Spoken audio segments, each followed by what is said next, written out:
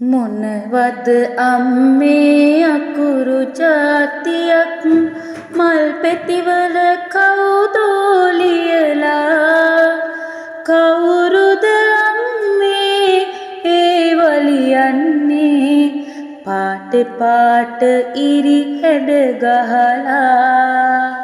පුතා දන්නේ නෑ සඳන් ඇති කාලෙට වනන්තරේ හරි වැඩ කෙරෙති බෝසත් වරු බණ කතා කියද්දී වන දෙවඟන මල්වල ලියති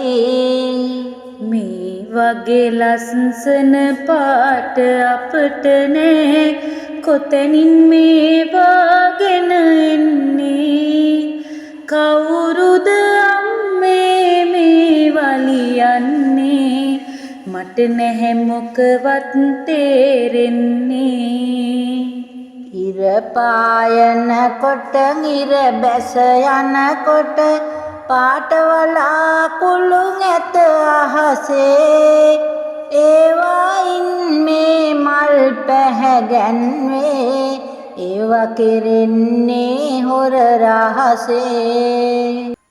අම්මේ අර චූටි කුරුල්ලෝ කිචිබිචි ගා මොනවද කියති උන් දන්නවා ඇති මේ මල්වල ඇති පුංචි අකුරු නිතරම බලති ඔව් මගේ සූකිරි පුංචි පුතේයෝ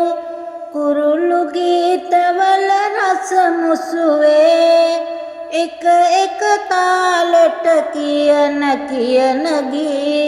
මල් කොළවල තව තව ලියවේ උඩ බැලුවත් මල් බිම බැලුවත් මල්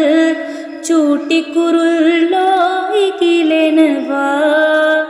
සෑමදාම ඇයි මේ වගේ නැත්තේ මල්ද කුරුල්ලන් කොහි යනවා බුදුහාමුදුරුවන් ඉපදුණු කාලෙට කොහොමත් නොහොමයි පුතුනි මගේ මිනිසුන් වාගෙම සත්තුන් වාගෙම ගහ කොළවලටත් සතුට නැගේ